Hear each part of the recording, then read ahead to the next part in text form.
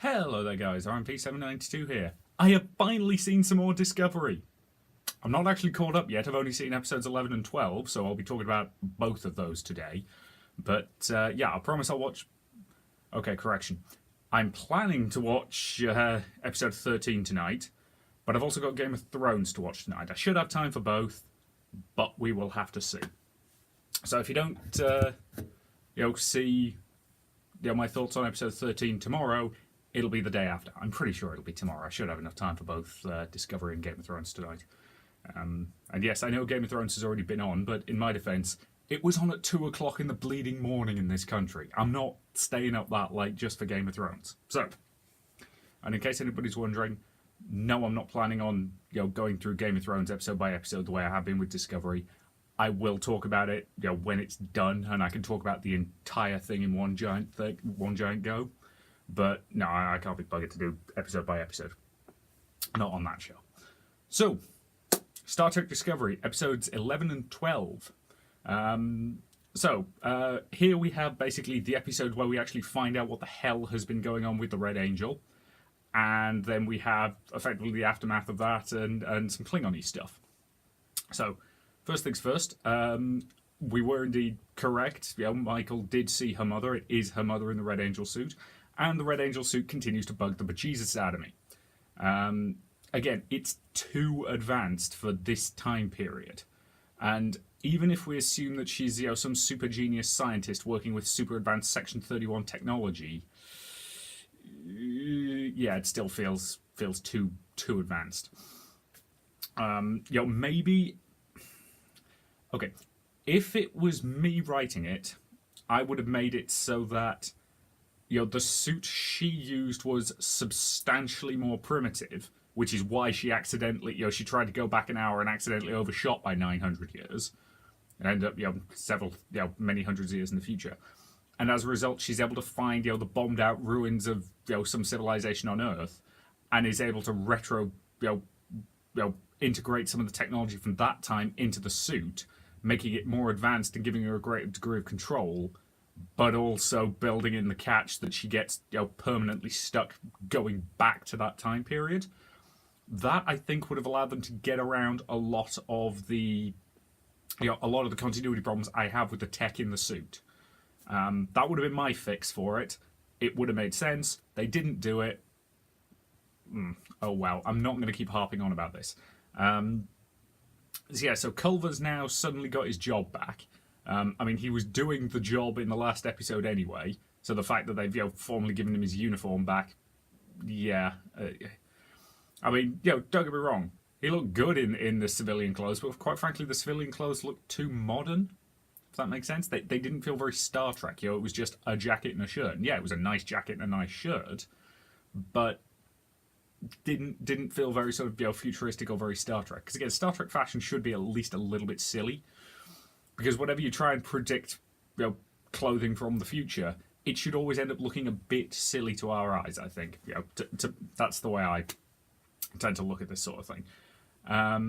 If you're designing something that's meant to be a practical uniform, then yeah, you could be practical and sensible and minimalist about it. But if you're designing civilian clothing from a post-scarcity future... But yeah, so anywho, so he's got his job back now, officially, and Michael wakes up and she assumes she was hallucinating when she saw her mother. Because again, she had been oxygen deprived for quite a while at that point, so yeah, assuming you hallucinated was probably the sensible thing there. But, they reveal, no, it actually was your mother, and we got that wrong, sorry about that. Bit of a whoopsie-diddles. And most of the episode is about Michael dealing with the fact that her mother is alive and, what the hell has been going on there, and sort of, watching her logs that were built into the Red Angel suit. And given that she's made, was it hundreds or was it thousands? I think it might have been thousands of, trips backwards and forwards in time trying to change stuff. She clearly is very, very determined and, is probably at least a little insane at this point. To the point where she really kind of doesn't want to see Michael at this point because, she can't really, it's too painful, which I can sort of understand. It was an interesting place to take that, and I'm actually quite glad we saw that. Yeah, so she's very, very driven because she's seen what will happen if Control, gets what it wants. If it becomes truly sentient, it will basically wipe out all life in the galaxy. And again, I'm going to go on a technological rant here. Control basically takes control of, takes over Leland. I've been trying to remember his name for ages now, but yes, Leland, the current Section 31 section chief, and injects him with some sort of nanite-based technology that takes control of him. Starfleet doesn't have nanites, guys. Not at this point in the timeline. Nanites are a swanky new thing that Wesley Crusher is playing around with. And again, as I've said, I don't mind, the super secret spy organization having access to tech that will become commonplace in a few years, because again, that's outside the realms of possibility. But yeah, nanites are something pretty much new to the Federation. They've known that they're theoretically possible for a very long time, but they haven't actually managed to make any work until the next generation era, and especially once they get a hold of some Borg nanoprobes and can start going, oh, so that's how that works. Because again, reverse engineering something can quite often be easier than engineering it in the first place. And again, as I said when we were watching season 1, I maintain that all these cybernetics that they've suddenly got would make a lot more sense if this was the post-Voyager era, and that was retrofitted, and that was based on designs that they got by studying the Borg. And again, then you've got the technology isn't inherently evil, only but it can be used for evil or for good. We're using it to help people, while the Borg used it to enslave them. There's a good message in there. There's a very Star Trek message in there, and the fact that it doesn't work here, kind of bugs me. But yes, so he gets taken over and sort of completely controlled by a bunch of nanoprobes, and he's trying to get his hands on the sphere data. And they come up with a plan to basically upload the sphere data into the Red Angel suit, because it's smart. The data is smart enough to protect itself, so they can't just delete it. So they plan to transfer it into the suit and then send the suit so far forward in time that Control will never get its hands on it, while also using technobabble and pattern enhancers and wibbly-wobbly science to try and keep Michael's mother alive and in their time period. And again, that's a Star Trek solution. I'm fine with using technobabble as a solution, provided you don't overdo it. Voyager had a habit of, if their episodes were running short, they'd just pad the dialogue with technobabble. And for the most part, Discovery hasn't done that. It's a case of, well, we need a solution here. Here's 30 seconds of technobabble. Job done. That I'm fine with. That's very, very Star Trek. Though admittedly, when they're talking about dark matter, and I'm just getting my flashbacks to The Flash, where my comment about that was, so dark matter's the new radiation, yeah? I.e., a thing we know is scientific, a thing we're pretty sure exists, but that isn't understood enough by the public that we can drop it in as a buzzword in our science fiction program, to explain away all the crazy science stuff we want. Because in The Flash, whenever they're talking about, oh yes, the dark matter explosion did this, and that's how come everybody's getting superpowers. I'm like, don't think that's how dark matter works, guys, but oh well. So yeah. But no, it's a good little episode. And, Leland, of course, nicks off at the end with some of the data, because he manages to steal about 50% of it, I think it is. Side note, why wasn't it 47%? There's been a remarkable lack of the number 47 in Discovery, and that annoys me. Sorry, if you're not aware, it's a running joke in Star Trek that the number 47 turns up an inordinate number of times. Initially, it was just a complete fluke. And then the writers and the fans noticed it, and it just became an in-joke within the community that, it's things like star dates that end in 47, or have a 47 in there, or, forever yelling, the shields are down to 47%, and things like that. It's just a fun little nod. So, why wasn't the data 47%? Anyway. So it gets away with part of it. Not enough to actually complete its goal, but enough. But at least, a fairly decent chunk of it. So that's going to be a problem going forward. And the controlled Leland ends up shooting out the time crystal from the suit. And the time crystal is what makes it work. And again, the fact that these time crystals have never been mentioned in any previous Star Trek, I'm not a massive fan of. But again, it's Star Trek. You're allowed to introduce all kinds of wibbly-wobbly bollocks you want. Because Star Trek, yeah. It's a big universe. There's all sorts of weird and wonderful things there.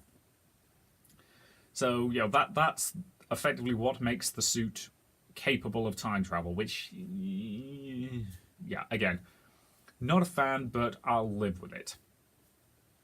I can cope with that as long as the actual story built around it is good, and for the most part, this season has been. This season has been a substantial improvement over season 1, so, but yeah, so that was a good episode overall. And the next one, moving on to episode 12 now, they see another one of the signals, and they end up having to travel to Borath. And Borath is, of course, where Ash left his son. It's also the site of a very ancient, very old Klingon monastery. I'm 90% sure, I would have to look it up to know for certain, but, one thing I forgot to mention on the previous one. They also blow up the facility, hoping to kill Leland, and I'm not sure you needed 6 photon torpedoes, guys. You do know how powerful photon torpedoes are meant to be, right? That's a matter-antimatter explosive. If you fire a full-yield photon torpedo at a target, it's the equivalent of hitting it with a mid-range nuke. 1 would probably have been fine. I don't think you needed 6. That was just something that I noticed that mildly, I found amusing because I am easily amused.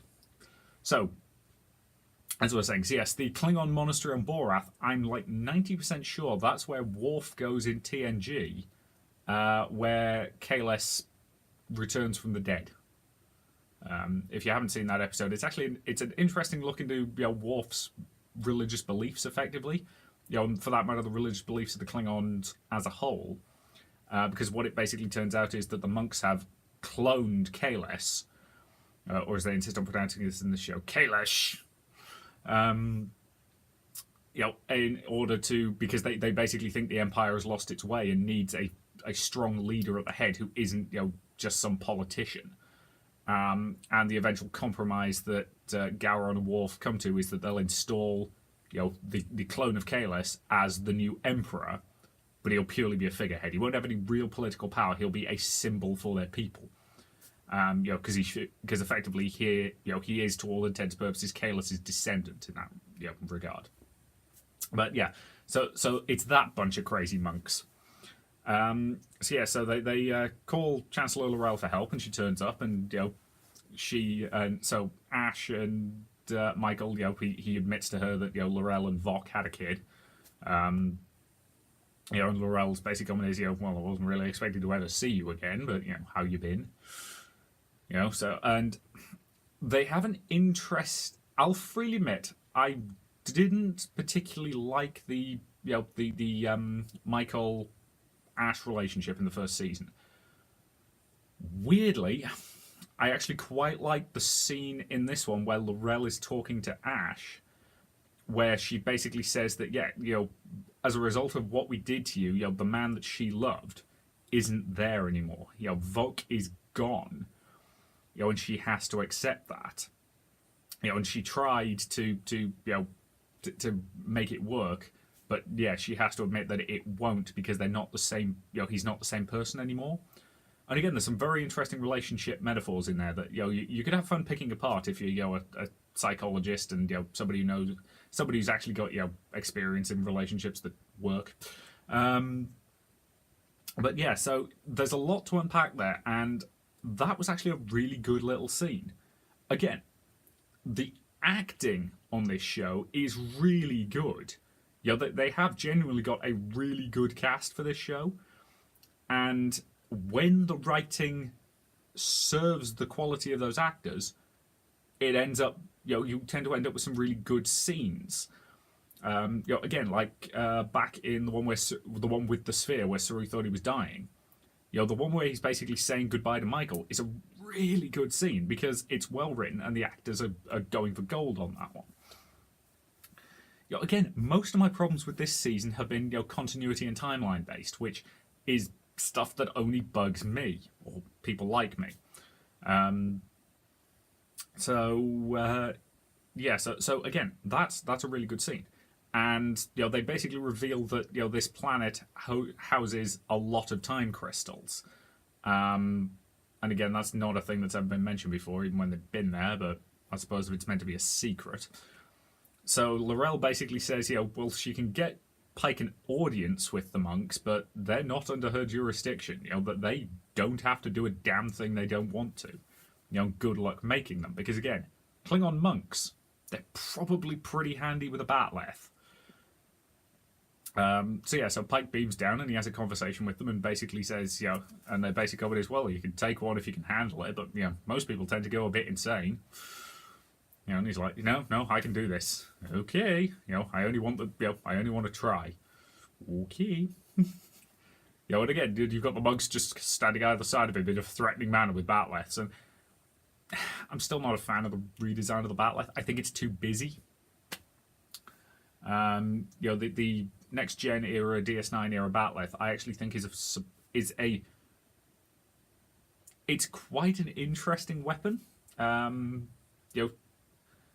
Again, I always find it interesting that if you watch the fight scenes in TNG and especially in DS9 later, you could tell that early on the stuntmen had been given this thing by the props department, and they're just like, how the hell do I use this? And then later on, the stunt team clearly started to get used to them and start to come up with interesting things you could do with them. And again, I've recently rewatched, is it Ties of Blood? Something like that. It's the episode of DS9 where Dax basically teams up with 3 Klingons, specifically the 3 Klingons from TOS, because her previous host had made a blood oath with them that they would all seek revenge on this guy who'd murdered their firstborns. And part of their plan basically involves flooding the compound where the enemy's in with some sort of field that will disrupt advanced weaponry. So their phasers no longer work, so they have to revert. So they have to go to bayonets and blades, which actually gives the Klingons a fighting chance. But again, and there's some interesting choreography in that, hampered by the fact that they clearly weren't allowed to show the bat'leths actually cutting anything. So quite often you do this upper hand strike under the chin, which sort of knocks people off their feet, and you're like, if that blade was sharp, that would have bisected up here, and I've seen pictures of what happens when you hit a human head with a sharp piece of metal. It's not pretty. Trust me, it's the sort of thing that'll put you off eating steak for a few days. So Pike then basically goes and is having a conversation with this elder monk, and it's revealed that as a result of the wibbly-wobbly time crystals, the elder monk is Ash and Laurel's son. Because time flows at different paces around the crystals, he has basically aged into, he's probably older than they are now, effectively. He has lived a full life in the monastery. And he's a piece. You actually get the feeling that he genuinely doesn't really have any regrets. He understands why they had to abandon him there, and he's found a purpose that works for him. And that's actually really interesting. That I actually kind of like that. It shows that he I guarantee you he probably had some pretty angsty teenage years, because again, Klingon puberty is it's basically human puberty, but on steroids. Semi-literally, actually. I'm pretty sure that some part of the lore is that one of the hormones that the Klingon body produces is actually, effectively a steroid, in a lot of other species. I might be completely making that up. I seem to recall reading it somewhere, but I can't remember where, so could be complete bollocks. So it's actually a really interesting, conversation he and Pike have. And, he basically asks Pike to return Vox's medallion of the Torchbearer to him. Saying it did actually help him find his path. But yeah, so that was interesting, and I'm also weirdly glad they've done that, because otherwise I would have been, I would have constantly had it in the back of my mind that they were going to do something with the kid going forward. Maybe he was going to get kidnapped and Ash was going to have to go and rescue him, or or we'd end up with another Worf and Alexander, and Alexander was kind of the worst. I get what they were going for, and I've got nothing against the kid playing him, but no. So Alexander was not great, and I'm very glad they're avoiding doing another one. But yeah, so eventually Pike gets the Cave of Time Crystals, and here's where things get interesting. Because he's basically warned that the crystal will mess with your view of time, so you'll see the future, the past, and it's rarely a pleasant experience. And as soon as they started talking about that, I knew what Pike was going to see. I knew what Pike had to see. And so Pike reaches in, touches the crystal, and sees this this room with a bunch of cadets in it, where everything's going wrong, and they're yelling about some sort of radiation leak, and Pike is sort of struggling to get everybody out. And then you've got this long corridor, and this figure in a chair at the end, and it slowly turns around, and Pike sees his future. He sees himself crippled beyond all medical help. His face is kind of sloughing off, and all sorts of cool stuff they could do with makeup and enhanced CGI that they couldn't do back in the 60s when the Menagerie was made. And obviously seeing that future horrifies him. But Pike is a good enough man that he says no, even if my future is not what I want it to be, it's I have to do this to save everybody else. And this implies to me that Pike knows. From this point forward, Pike knows what his eventual fate will be, and yet he goes back in anyway. Because here's the thing. In the Menagerie, they flat state that the reason Pike was exposed to so much radiation was that he kept going back in to pull cadets out. And as a result, he saved, I can't remember how many they state, but he saved a whole bunch of cadets, and he knew exactly what it was going to do to him.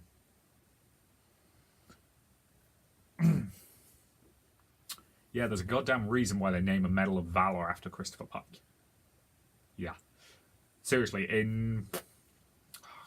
think it's TNG, they definitively refer to the Christopher Pike Medal for Valor. So yeah, Pike is a hell of a Starfleet captain. He always has been. This just adds to it. Sorry, I'm tearing up a bit, because knowing that Pike knows that's coming for him in his future, and the crystal, and he clearly didn't see what comes after that. He doesn't see Spock taking him back to Talos, so that he can at least live a fictitious life. And again, the illusion the Talosians create might not be his real body, but it feels real to him, and it lets him be with a woman he does love. So it's not a happy ending, but it's the best he could hope for in those circumstances. So that was actually a really good moment and a really good scene, and again, lots of good individual moments in these last few episodes. Meanwhile, the Michael and Spock subplot, they basically toddled off after a Section 31 ship there's some weird wobbles in their comm schedule. They're supposed to report in every hour, which seems unhelpful for a top secret organization, but okay. And their check-in was 10 minutes late. So they go and investigate, and they find the entire crew is dead. They've been spaced. And then they detect one life sign.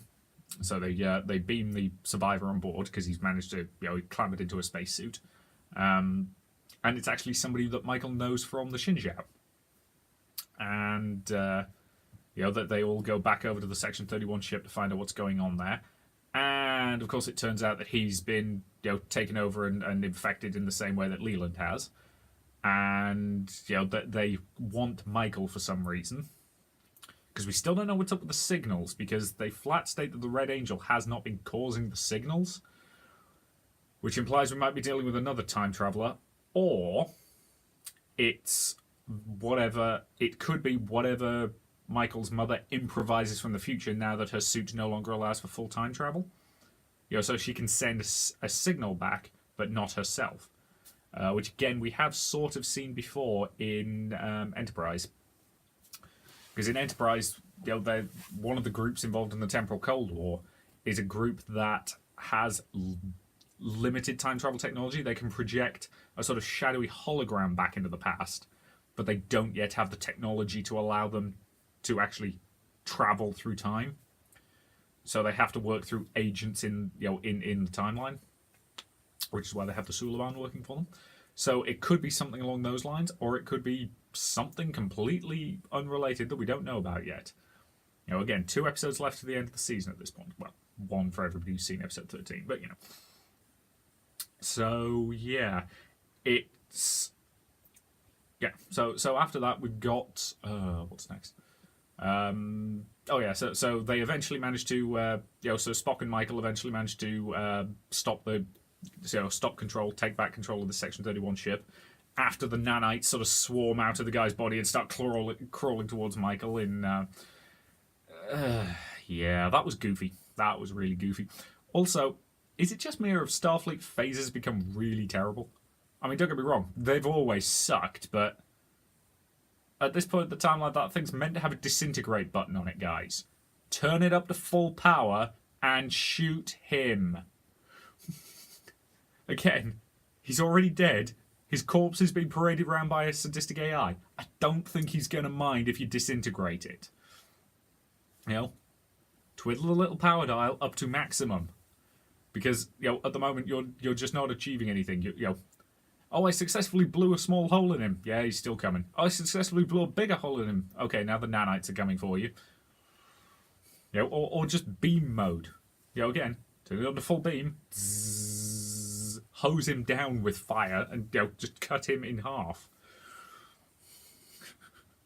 Again, phasers. I appreciate that they suck. There's loads of times in Voyager in particular where people get shot full in the chest with a phaser and just walk it off. And you're not even sure if... Wait, was that on the stun setting? Was that on the weak setting? No, okay, fair enough. But yeah, so what can you do?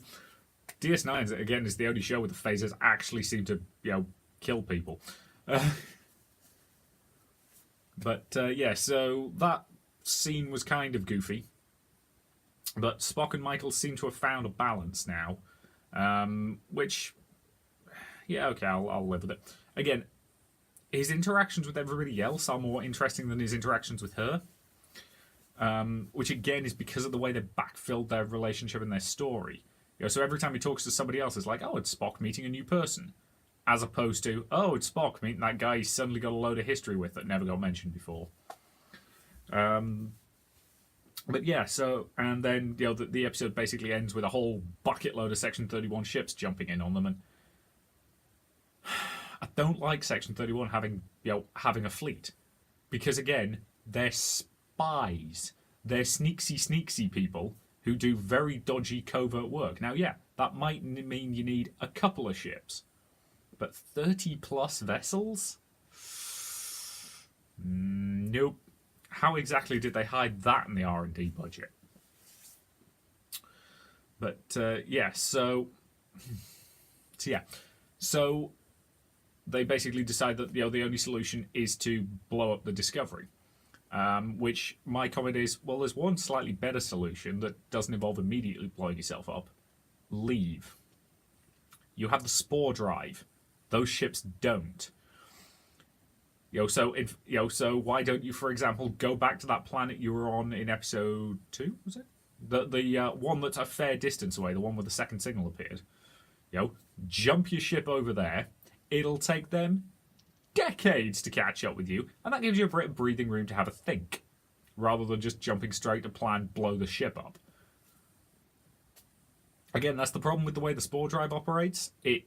In this case, it's creating a hole in the plot because that's the obvious, easy solution. It's just like, it's the Roadrunner solution. It's me, just run away. Seriously, running away is a valid option in this situation, guys. But but Pike calls up the Enterprise and basically says, prepare for evacuation of the full Discovery crew. Which means, yes, we might be we're going to see the Enterprise again. We might see the Enterprise bridge. I saw a tweet that implied we might see the Enterprise bridge in episode 13. It's depressing how excited I am for that. I'm just wondering how that... I'm hoping they don't screw it up.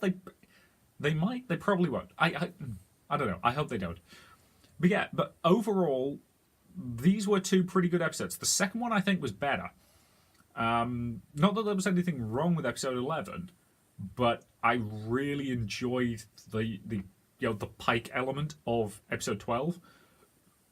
Because again, it shows that he was always a worthy captain of the Enterprise. And the Enterprise has had quite a few captains. Through the original the NCC 1701.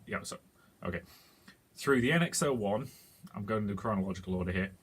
Through the NCC 1701, then the A, the B, the C, the D, the E. We know that from Enterprise that they keep building them at least up to the J. So, the legacy of the Enterprise is always in the crew and the captain. And this really does show that Pike was always a very worthy captain of the Enterprise. And that's just a really nice thing to see. So, because again, Pike is not going to be in the next season, I don't think, or I highly doubt. He might be a recurring character, so occasionally they might bump into the Enterprise, but Pike has to go back to his ship for the timeline to make any goddamn sense. So, having him go back, knowing where his path will eventually lead, that I think is very interesting, and I really like that. So yeah, overall, good couple of episodes. I'm looking forward to seeing how they end the season. 2 more left to go. So episode 13, episode 14. I'm hopefully going to see episode 13 tonight, and I'll talk about it tomorrow.